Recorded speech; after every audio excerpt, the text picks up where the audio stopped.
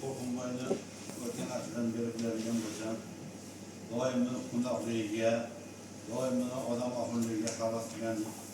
Bugun yana bir bor havas qilib o'tiribman. Shunday taqdimot bo'lishini bilganda bilan Andijonga kuyov bo'lamiz.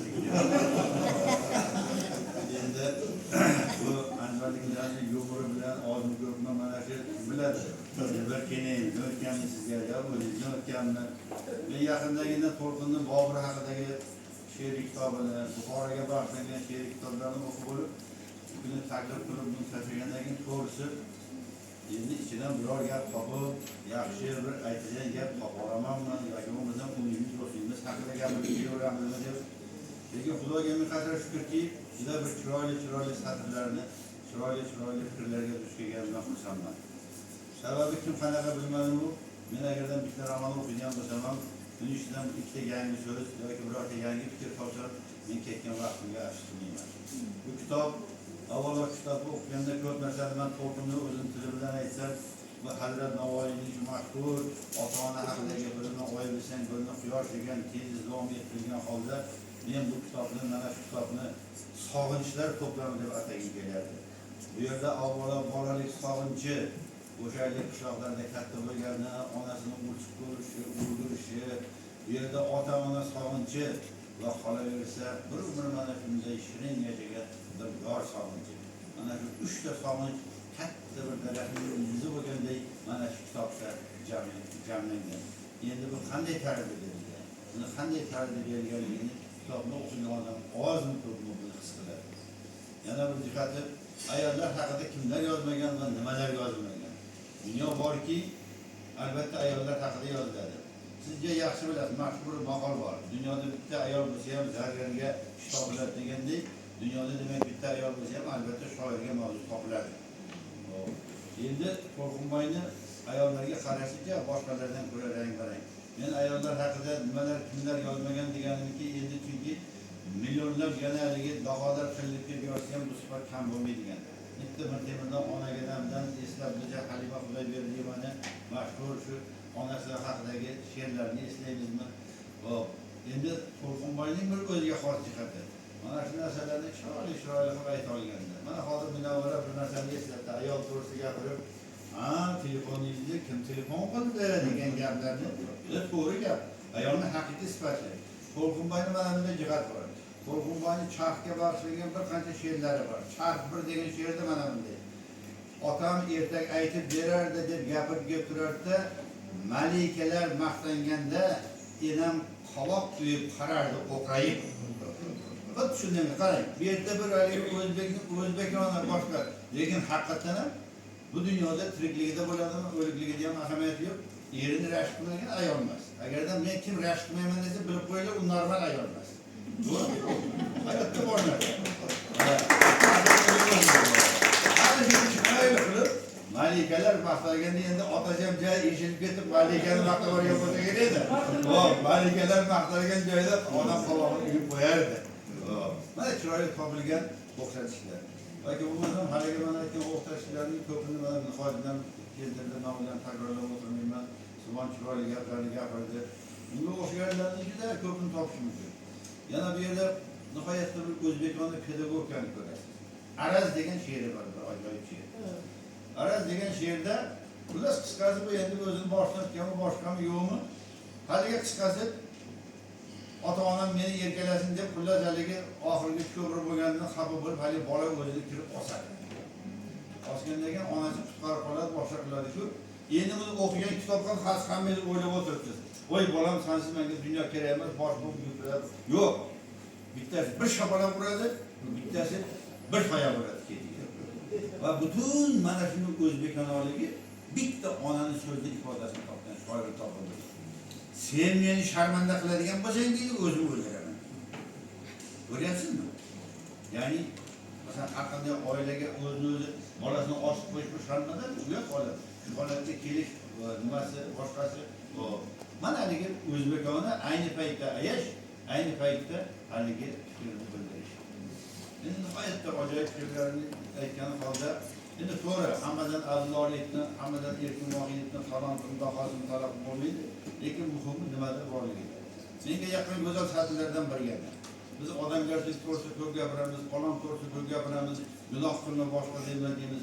Biz to'lqinda yaxshi bir sabrga jamlatdi. Ota nasihat degan she'r edi menimcha. Qarzdor bo'lib borasan insoniylikdan. Sen qancha gunoh ko'p qiladigan bo'lsang, sen insoniylikdan qarzdor bo'lib borasan degan. Ana hozir Qost o'zida epigraflar haqida keltirgan haqida gapirdi. Xuddi shunday maqol matallardan, deyilganlik rivoyatlardan foydalanishib, mana bir narsani aytib ketaylik. Biz hammamiz ko'p bilgandan ham odam qanaqa xulosa chiqarish mumkin ekan. Hozir bu gapni so'ng so'zga bog'lagan holda kirish so'zi ham xo'p ta'riflandi. So'ng generator deydi. Generator fikr beruvchi odam deydi. Samarqandda mana shu she'rlarning ichida bittagina misrada misol keltirib ketadi. Qishloqda yurgan eshakni hangragani. Va shu yerda hammamiz biladigan afsona. Sog'liqdan misol keltiradi. Eshak shaytonni ko'rganda hangrab qolar ekan. Bu rivoyat bor narsa. Xuddi haligi sizda oliyar generator deganda men o'zimcha shunday ilhomlanib bitta yopiroqqa yozib qo'ydim. Qarang. Hiç o'ylab ko'rganmisiz? Eshak shaytonni ko'rganda hangrab qolar ekan. Nega inson shaytonni ko'ra olmaydi? Balkim ichimizda shayton bo'lganligi uchun biz shaytonni ko'ra olmasmiz. Balkim biz shunda inson eshakchalik emasmi? Eshak shaytonni ko'radi, inson shaytonni ko'ra olmaydi. Hiç o'ylab ko'rganmisiz? Ko'ryapsizmi? Mana haligi fikrdan fikr, tuyg'udan tuyg'u, deylik haligi so'zdan so'z tug'iladi. Ikkinchi bir jihati nihoyatda haligi yumorga boyligi, hazil she'rlari ham juda ko'p.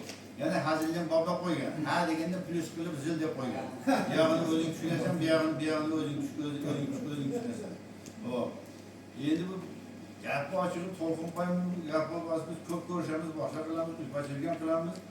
Shardir yurganda muncha odam boshqa deb o'ylashi mumkin. Bu qizil xotinshunos, ayolshunos, haligi nima deydi? Psixolog ekan. Buni haligi ayollar haqida bilmagan balosi yo'q. Haligi xotinimga yaxshi ko'rdaman deb yugurib yelib ishlasa ham xotini indamas ekan. Mana bunaqa satrlar bor hozir. Bitta so'zni adashtirib aytasiz. Ha ishondim degani, ya ishon desa ham sevaman deb kuyinmas. Erkeklari jim qolsa hech bir xotin suyulmas. Xotinlar ham doim seni yaxshi ko'raman, falon xotmondan kompliment yaxshi ko'rib turar ekanlar. Sekin sigir sog'ib gaplaydi ham, juda bo'lmasa sigirni qarshi bunga bir kompliment aytib qo'ysa to'g'rimi Gulchehronim? Yosh bo'lmasa qarang. Hali xotinlarning yana sifati haqida ham aqlli xotinlar, to'g'ri gapirib, aqlli xotinlar hech ham mol dunyoga nima qilmaydi? Mol dunyoga g'oya yo'qda so'zingiz boshqa bor. Mana belgilab qo'yganmidingiz? Aqlli xotinlar hech mol dunyoga uchmaydi. Ma'naviyatni deb iymonidan kechmaydi.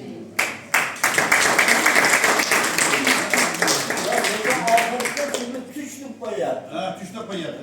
Endi unaqa xotinni ko'rish hammamizga ham tushdi. Xotinlar faqat tushda bo'ladi. Endi bunday misollarni juda ko'plab keltirish mumkin. Bunday haligi chiroyli gaplarni ko'plab keltirish mumkin. Yana bir baquvvat she'rlardan haligi Halima Xudayberdiyevadan misol keltirganingiz nima hayotning boli. Mashhur gap bor.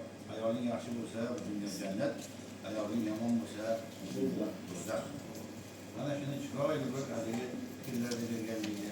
Bundan keyin mana shu ba'zi bir achchiq gaplarni ham ma'lum ma'noda yumor bilan yengib ketishga harakat qilganligi men buni shunday bir o'ziga xosligidan deb bilaman. Yana bir jihatiki bu nimadagi To'lqinboydagi hamma gaplarni aytgan holda men uni oti To'lqinni o'zi yurishi ham To'lqinni deb bilan bu chala tug'ilgan ekan. U to'lgin degan ekan.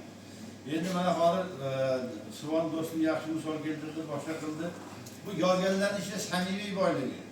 To'lqin rahmatli keyin tirik bo'lganda ham xotindan qo'rqqani yo'q. Maktabda yaxshi ko'rgan qizini men sundirib bo'lib qoldim, u Gopolni yaxshi ko'rar ekan deb ochiq aytyapti. Mana haligi uni samimiyligi.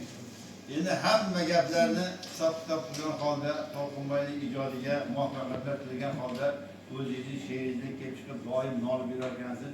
Hamma ishni chala qilaman deb iloyim undan keyin chala qilaman.